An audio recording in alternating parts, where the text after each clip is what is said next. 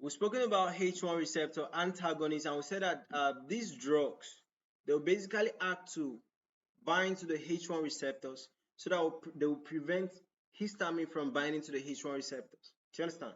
Like, they'll fill up the H1 receptors already so that when histamine comes through, histamine doesn't have a space to stay. Do you understand?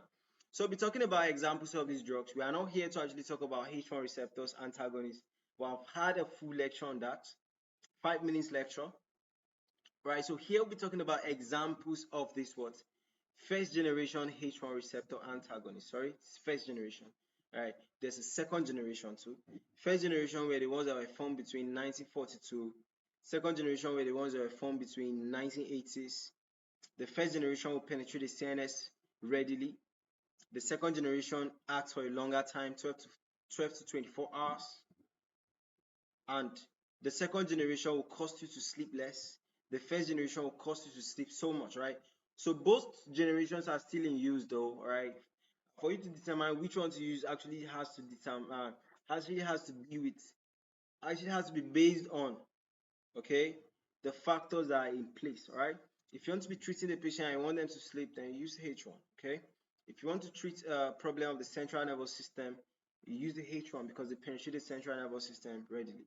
So what are the examples of these H1 receptor drugs? Right? We have the ethanolamines, okay? That's the Diphenhydramine. We have the carbinazamine malate, and we have the what? Clemastine fumarate. Okay? This is what the diphenhydramine. Alright, this is the Clemastine fumarate, and this is what? Carbinazamine malate tablets. Okay, so these ones are what? Classified under what? Ethanolamine. We have the ecalamines. Ecalamines examples for what? Chlorpheniramine, and we have the Brompheniramine. Okay, so this is Chlorpheniramine malate, and this is what? Where is Brompheniramine? Oh yeah. This is Brompheniramine malate, right? Chlorpheniramine, Brompheniramine. These ones are classified under what? Ecalamine. Then looking at this is what? Pyrazine. Under pyrazines, we have what?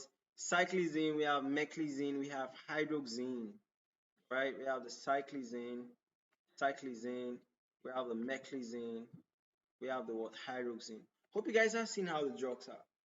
Right? I brought the pictures here so that you guys will always visualize everything. Then we have the phenothiazines. Under phenothiazines, we have the what? Promethazine, right? This is Promethazine, right? It's an example under what? Phenothiazine. Then under piperidines, we have what? Under piperidines, we have the Cyproheptadine, right? Cyproheptadine. And all these drugs are what? First generation H1 receptor antagonists, right? Basically act to inhibit the action of histamine on H1 receptors, right? Thereby, they will reduce the action of histamine in the body, thereby controlling reactions like allergic reactions, inflammations, okay, which are mediated by histamine, right? So guys, let's see the bar examples of first generation H1 histamine receptor antagonists. So bye for now, guys.